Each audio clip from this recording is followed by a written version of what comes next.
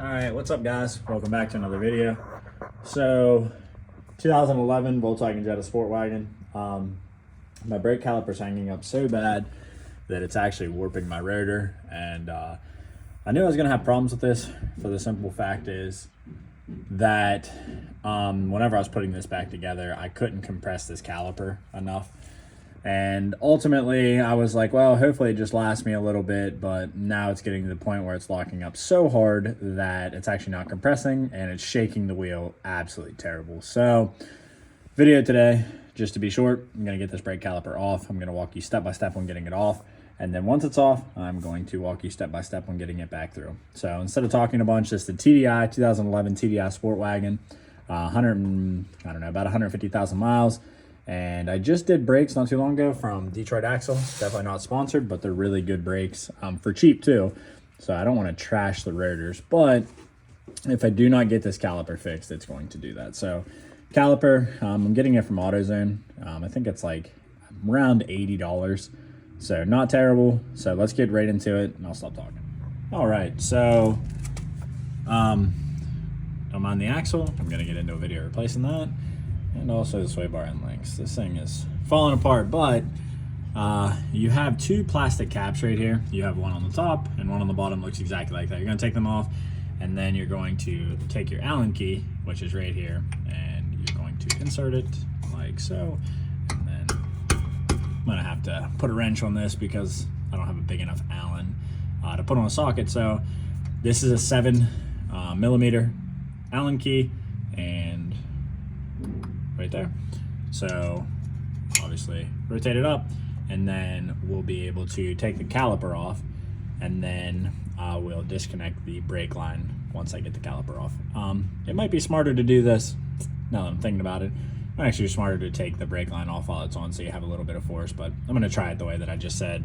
So put the camera down, let me take this off and we'll get to the next. All right guys, so once the brake caliper comes off, these slide pins that are in here, those are the 7mm Allen keys that I'm talking about.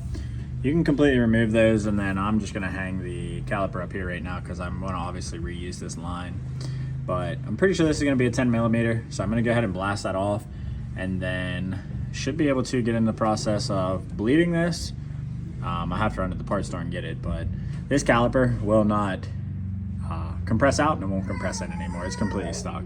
So I'm gonna take this off, like I said, 10mm line, and then I'll be able to take the whole caliper to the store because you need a refundable for your core, and then we'll get back into reinstalling it. But in case I don't talk about that in the next part of the video, these slide pins that go in there, I am going to clean these up very, very well and put some anti-seize on these, because I could not even imagine these being, if they got seized in there, how much of a pain this would be. So 10mm, take that off. Take this to the store and I'll show you what the new one looks like. So before I go to the store, so it's obviously gonna leak because of gravity. So I'm gonna try to hold this up to reduce some of the leaking that's going to happen. It's still gonna happen regardless. And make sure you have brake fluid. But do you see these two crush washers? There's one on this side and there's one on this side.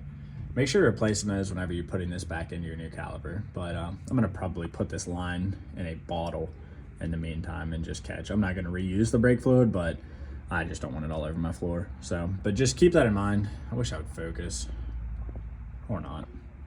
Two crush washers, make sure you replace them. And I lied, by the way, that is an 11mm, not a 10. All right, guys, so just got back from the parts store. This is part number from Duralast.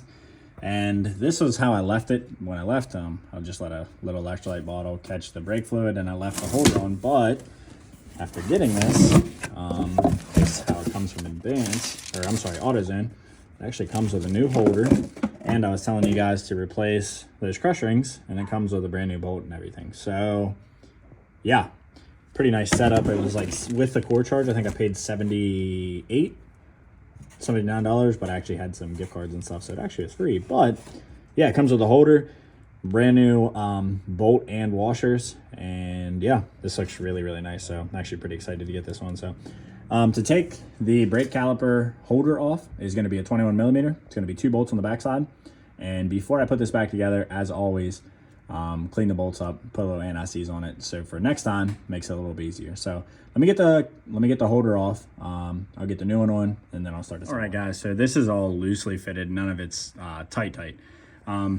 Thing I wanted to say though was, I don't know if this is AutoZone's fault. I'm not sure, but they look the same, the holders, but I had to use my factory one again. The brake caliper lined up, so that was kind of like, I was like, oh, maybe they gave me like a, I think 2.0 brakes are smaller, but the caliper itself lined up with my factory holder, but that other holder was actually too tight on the rotor itself and wouldn't allow it to move freely. So anyway, not really sure why. So if you run into that problem, I just want to say that I wasn't going to run back to the parts store, because after I tested this up and I was like, well, it fits, the brake pads are in, what's the big deal? But yeah, so if you want a shiny new holder, I guess sometimes they don't fit. But anyway, reverse order, guys. 21 millimeter here. You have your 7 millimeter bolts here, and they already do come pre-greased, so that is super nice. And they come with caps to put back over them. Then I'm going to hook back up my, I'm not sure if this is an 11, but the factory one was an 11, so I would assume, with crush washers, put the brake line back on here, and then I'm gonna remove this and we'll get into the bleeding process. All right, guys, so I'm at the point now where I'm done. Just wanna show you guys. The brakes need bled, which I'll tell you that process here in a second, but I just wanna reiterate exactly what I did. 21 millimeter on the bottom, 7 Allen key. I'm gonna put the caps back on here. This is an 11 millimeter. You see that I have a crush washer on the inside, or on the inside and the outside. Tighten that to make it snug.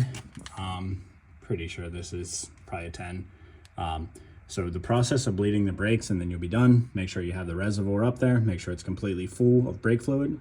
You're gonna have somebody help you inside, pump the brakes 10 times, hold it down. You're gonna release this valve. It's gonna have some fluid come out.